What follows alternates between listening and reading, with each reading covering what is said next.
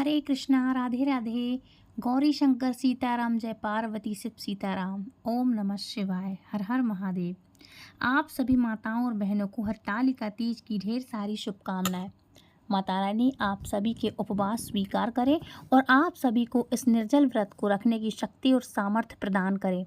हर साल भाद्रपद मास के शुक्ल पक्ष की तृतीया तिथि को हरतालिका तीज मनाई जाती है, जो कि सबसे बड़ी तीज होती है। और इस व्रत को सबसे पहले माता पार्वती ने भगवान शिव शंकर के लिए पति रूप में प्राप्त करने के लिए किया था। इस बार साल 2025 में 26 अगस्त दिन मंगलवार को हरतालिका तीज का व्रत रखा जाएगा। तृतीया तिथि प्रारंभ होगी 25 अगस्त को दोपहर को 12:34 से, जिसकी समाप्ति 26 अगस्त को दोपहर को 1:34 पर हो जाएगी। हरतालिका तीज की पूजा का शुभ मुहूर्त रहेगा 5:56 से लेकर के 8:31 तक। इस दिन साध्य योग दोपहर को 12:08 तक रहने वाला है।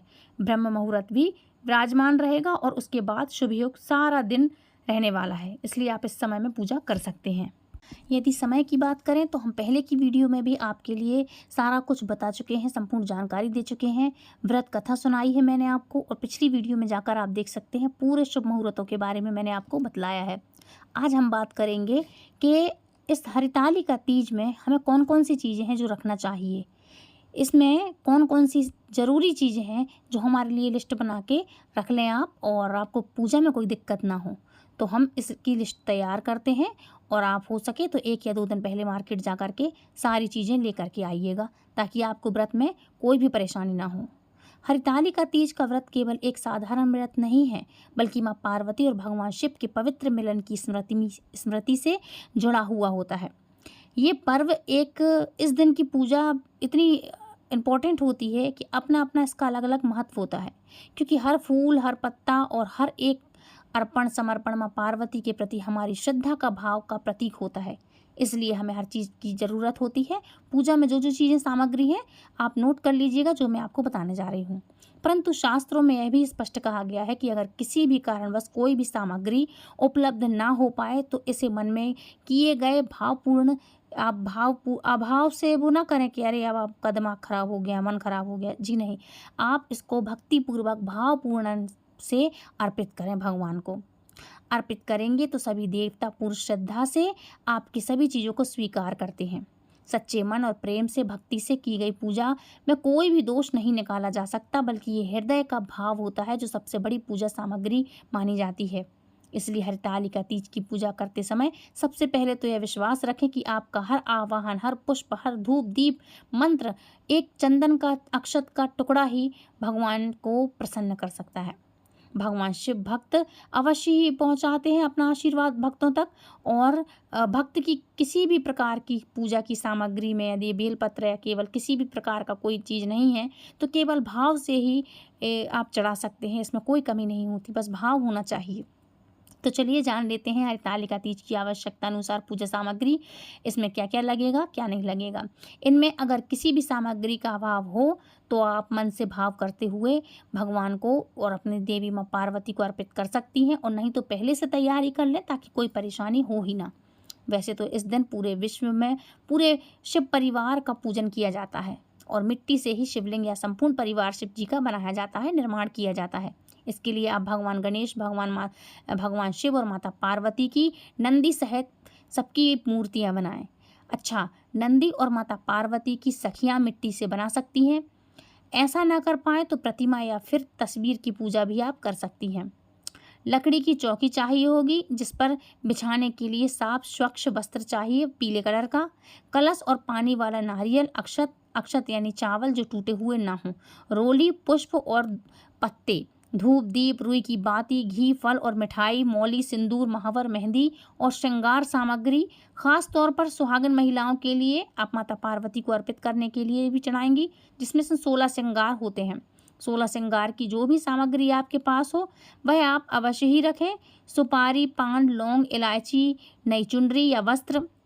कोई लेडीज़ क्या करती हैं, नई नई साड़ी भी चढ़ाती हैं ताकि वो प्रसाद रूप में माँ की उतरी हुई साड़ी खुद पहन सकें।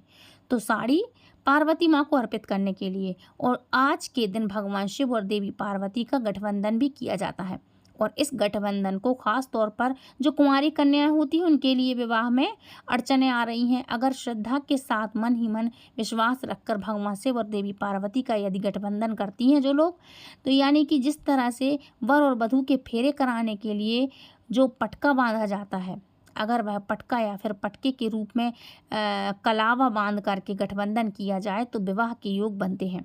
इसके अलावा हरतालिका तीज की कथा पुस्तक आपको चाहिए होगी, हवन सामग्री आदि हवन करना चाहिए जो करने के लिए।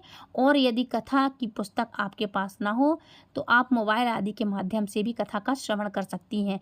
हमारे चैनल पर आप जुड़िए, हमारे चैनल पे आपको हर तरह की पौराणिक कथाएं उपलब्ध आपको मिलेंगी, तो या खुद से भी पढ़ सकती हैं और मोबाइल में भी सुन सकती हैं। क्योंकि किसी दूसरी सुहाग से जुड़ी हुई व्रत का अगर आप चाहते हैं तो बायना भी आपको ज़रूर से निकालना चाहिए, क्योंकि बायना ऐसा है कि कोई दूसरे सुहागन है आपको देना है, अपनों से बड़ों को जिसको देना चाहती हैं, तो बायने भी आपको निकालना चाहिए।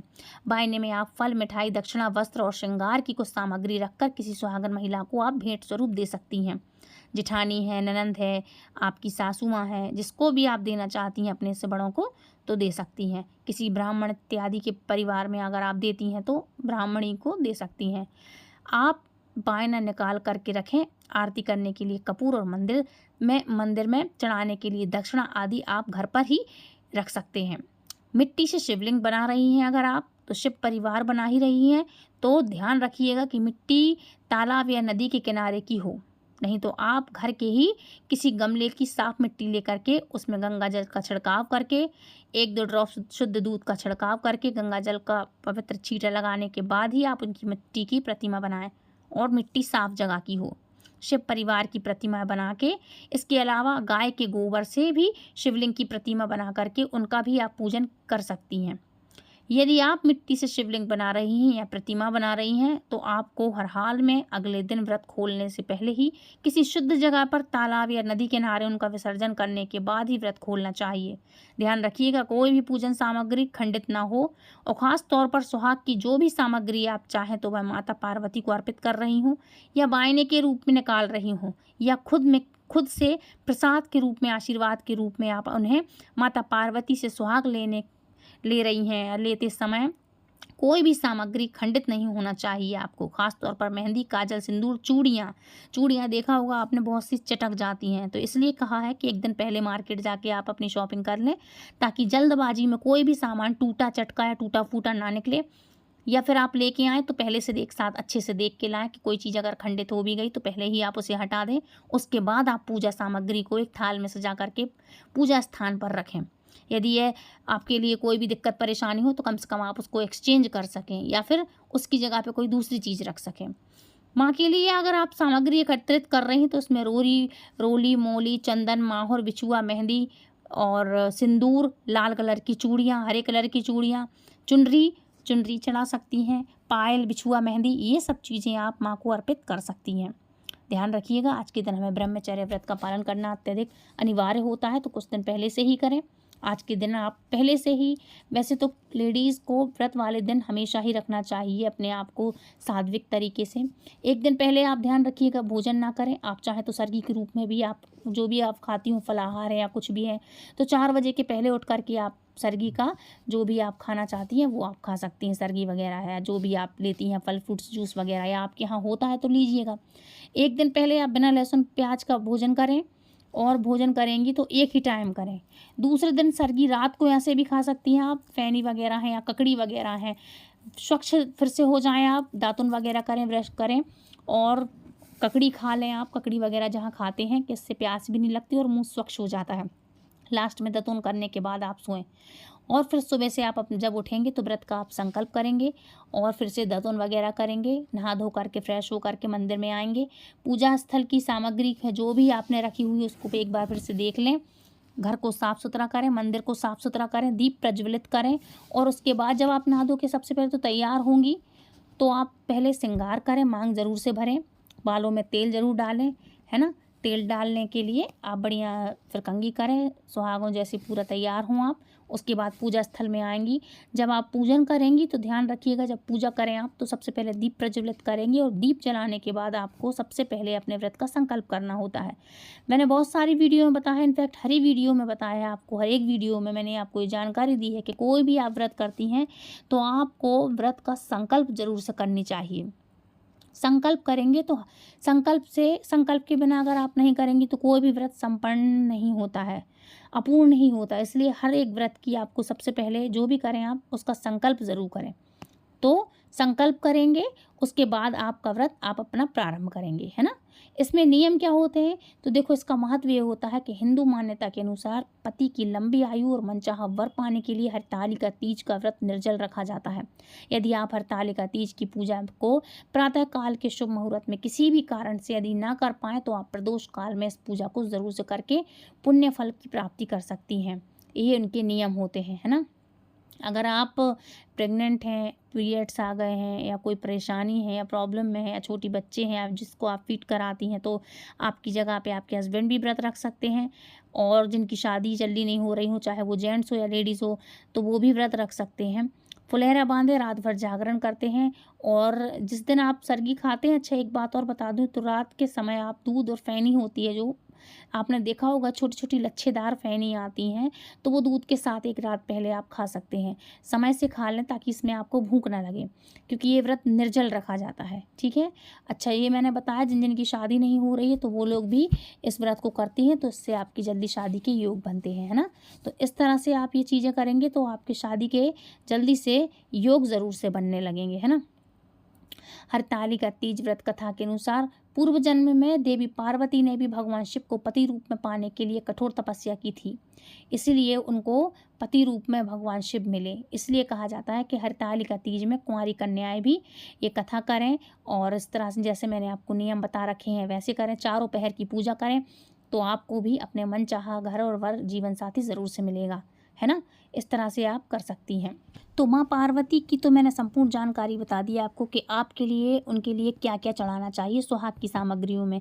अब बात करते हैं भोलेनाथ के बारे में। तो भोलेनाथ के लिए ऐसे तो आप गठजोड़ा जैसे लगा के रखते हैं तो आप वो रखें, और उनकी पोशाक आती है तो वो भी रख सकते हैं। साथ ही उनको जनेऊ लगेगा, साबुत नारियल लगेगा। ध्यान रखिएगा शिव जी को नारियल चढ़ाते नहीं है तोड़ के, उनका जल नहीं छिटकना चाहिए महादेव के ऊपर। शिवलिंग और जल चाहिए शिवलिंग पे चढ़ाने के लिए, दूध चाहिए, शहद, घी, शक्कर, बेलपत्र, धतूरा और दूध है, गंगा जल है और सफ़ेद चंदन है, रोली, अक्षत, मौली, ये सब चीज़ें आप चढ़ा सकते हैं। अब मैं आपको विस्तार से बता दूं कि इस दिन करेंगे कैसे पूजा। तो सबसे पहले जब हम अभिषेक करेंगे तो शिवलिंग पर सबसे पहले जल और दूध का अभिषेक करना चाहिए। जल और दूध का अभिषेक करने से मन शांत होता है और घर में सुख शांति बनी रहती है।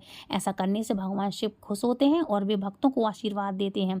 अब बात आती है बेलपत्र और धतूरा की। तो भगवान शिव को बेलपत्र और धतूरा बहुत प्रिय होता है, तो हरतालिका तीज के दिन बेलपत्र और धतूरा शिवलिंग पर अर्पित करना चाहिए, बहुत ही शुभ माना जाता है। ऐसी मान्यता है कि इससे भगवान शिव की कृपा मिलती है और साथ ही जीवन में आ रही बाधाएं भी दूर होती हैं।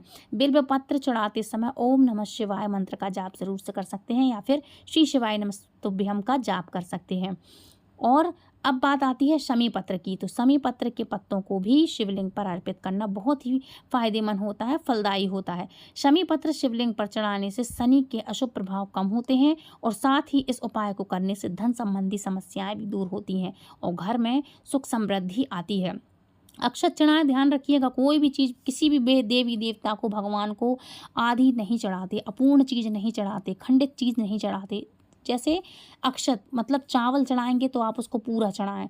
शिवलिंग पर जैसे मैंने आपको बोला शिव जी को नारियल चढ़ाएं तो साबुत चढ़ाएं, पूरा चढ़ाते हैं, आधा अधूरा सामान नहीं चढ़ाते हैं।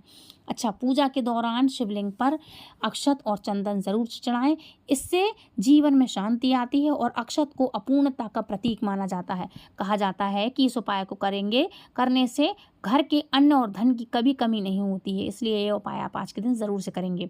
तो शिवलिंग पर अर्पित ज़रूर करें, शिवलिंग पर ये अक्षत, और ध्यान रखिएगा साबुत अक्षत चढ़ाइएगा, है ना। शहद, शक्कर, घी, इन सब चीज़ों का आप भगवान का अभिषेक करेंगे इन सब चीज़ों से, है ना। अच्छा, एक चीज़ और बता दूँ, ये बहुत ही कॉमन सी चीज़ होती है जो काफ़ी सारे लेडीज़ और जेंट्स जानते भी हैं और अनजाने में गलती कर देते हैं। क्या होता है, आज के दिन सभी महिलाएँ, औरतें, घर की लेडीज़ जो हैं धूम-धाम से जागरण करती हैं, फुलहरा बाँधती हैं, घर के सभी लोग जागते हैं, ज़्यादातर तो जागते हैं। बहुत रेयर या कम केस ऐसे हैं कि औरतें पूजा कर रही हैं और जेंट्स सो रहे हैं।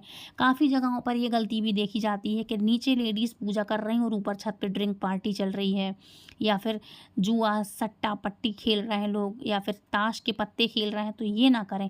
ये ऐसी चीज़ें हैं जो आपको नहीं करना चाहिए। अल्कोहल का सेवन कर रहे हैं, नॉन-वेज आ रहा है या ऑर्डर कर लिया आपने बाहर से, तो ये नहीं करना चाहिए आपको। अगर आपने ऐसा किया तो घर में तो आपके ही हो रहा है, या पड़ोसी के घर में, या जो फास्ट नहीं रखते उनके यहाँ। आपको ऐसा नहीं करना चाहिए। यदि आपने ये किया तो आपको महादेव और माता पार्वती जी आप पर बहुत ही तेज क्रोधित हो सकते हैं। इसलिए आपको इन सब चीज़ों से, तामसिक चीज़ों से दूर रहना चाहिए, बचना चाहिए ये काम करते से। कहते हैं, जुआ में कलयुग का वास होता है, और जहाँ पर जुआ खेला जाए वहाँ माँ लक्ष्मी कभी नहीं आती हैं। और शिव जी की कृपा है, पाना है अगर आपको, पाना के लिए आपको इन सब चीज़ों से दूर रहना चाहिए। नॉन वेज का सेवन ना करें, सोचना भी मत। और लहसुन प्याज का भी नहीं करना है, तो नॉन वेज का तो सोचना भी मत। बाहर से भी ऑर्डर ना करें, ना कहीं बाहर से खा के आएँ, ना कहीं किसी की छत पे, ना घर में, ना बने, ना बनवाएँ, ना ऐसा काम करें। ना ही अल्कोहल का सेवन करें या बियर, कुछ भी आपको आपको नशीले पदार्थों का आज के दिन सेवन नहीं करना चाहिए। इनफैक्ट आप आज के दिन आपको नॉर्मल चीज़ें, सिगरेट, तम्बाकू, जो भी लोग ये करते हैं उनके व्रत नहीं लगते हैं। इसलिए आपको घर में आज के दिन ये सब चीज़ें करना नहीं चाहिए, क्योंकि इनसे रुष्ट होते हैं भगवान, देवी देवता। साथ ही साथ आपका घर अपवित्र होता है, आपके यहाँ पूजा नहीं लगती है। इसलिए इन सब चीज़ों से आपको बचना चाहिए। तो फ्रेंड्स, ये थी आज की छोटी सी जानकारी। आई होप आज की जानकारी, आज की वीडियो आपको पसंद आई होगी। मैंने पूरी जानकारी दी है कि आज के दिन आपको क्या करना चाहिए, क्या नहीं करना चाहिए। समस्त सामग्री बता दी है मैंने पूजा की, कोई भी गलती ना हो। और अगर आप पहले से जाएंगे मार्केट तो आप पहले से सामान चेक कर सकती हैं कि कोई भी सामान है, सामग्री है, टूटी फूटी ना हो। और एक दिन पहले से आप बढ़िया से मेहंदी वगैरह लगा लें। ध्यान रखिएगा, व्रत वाले दिन आपको नेल्स ना कटवाना चाहिए, ना थ्रेडिंग करवाना चाहिए, और ना ही आपको बाल कटवाना चाहिए। इसलिए आज क्या, किसी भी व्रत में आपको ऐसा नहीं करना चाहिए। आप जाना चाहती हैं तो पार्लर 1-2 दिन पहले से जाएँ। मेहंदी वगैरह 1 या 2 दिन पहले लगा लें। टाइम नहीं है तो लगा लें 1 दिन पहले, 2 दिन पहले। संपूर्ण सामान आप पहनें, लाल चूड़ियाँ पहनें, सफ़ेद और काले वस्त्र का चयन ना करें। सुहाग की चीज़ें हैं, सुहाग जैसी तैयार हों, सुबह से तैयार हों, पूजा के समय भी तैयार हो। महावर ज़रूर से लगाइएगा। और ध्यान रखिएगा, बिछिया, पायल और मंगलसूत्र आर्टिफिशियल ना पहने। ये फैशन के चक्कर में आप अपना असली पहने, चाहे कैसा भी हो।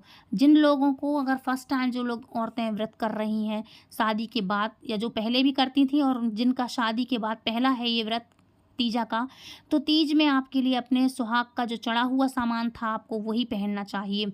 चाहे लहंगा चढ़ा हो, चाहे चढ़ाई की साड़ी चढ़ी हो, भांवर के टाइम पे, फेरों के टाइम पे आपने जो भी पहना हुआ था, आप अपना वही सामान सुहाग का पूर्ण रूप से जो आपका श्रृंगार था, आपका सामान था, वही आपको आज के दिन पहनना चाहिए। अगर आपको ना पता तो काइंडली इन्फॉर्मेशन बता दूं कि नकली और आर्टिफिशियल चीज़ों में ना पड़े।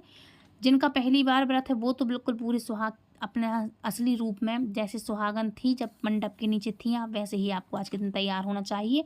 असली चीज़ें पहने, नकली में अपने पैसे वेस्ट ना करें, क्योंकि इन सब चीज़ों से आपके पति की उम्र कम होती है, लंबी होने की बजाय। इसलिए फैशन के चक्कर में इन गलतियों का आप बिल्कुल भी चयन ना करें।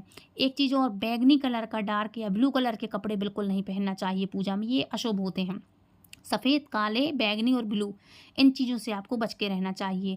लाल, ऑरेंज, लाल, ऑरेंज और पीला और मेहरून कलर हो गया, गुलाबी कलर हो गया, इन चीज़ों को आप, वस्त्रों को आप इनका चयन कर सकती हैं और ये आप पहन सकती हैं। फ़िरोजी कलर है लाइट वाला, ये पहन सकती हैं।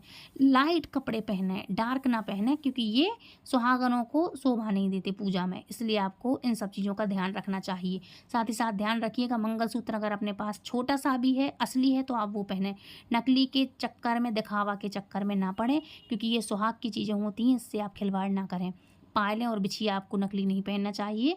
कहते हैं ना, तीज व्रत सुहागनों का व्रत है तो आपको सुहागन की तरह अच्छे से तैयार होना है। छोटा ही सही, आपका जैसा जो सामान है आप अपना असली पहने, नकली ना पहने, इससे आपके पति की दीर्घायु होती है। तो फ्रेंड्स, मिलती हूँ नेक्स्ट वीडियो में। ये थी आज की जानकारी। दूसरों को शेयर ज़रूर करें। ये वीडियो आप कहाँ से देख रहे हैं तो मुझे कमेंट करके ज़रूर बताएं। मिलती हूँ नेक्स्ट वीडियो में, तब तक के लिए राधे राधे, हरे कृष्णा। और आप सभी को हरतालिका तीज की आने वाली व्रत की हार्दिक हार्दिक शुभकामनाएं। हरे कृष्णा, हरि बोल, बम बम भोलेनाथ की।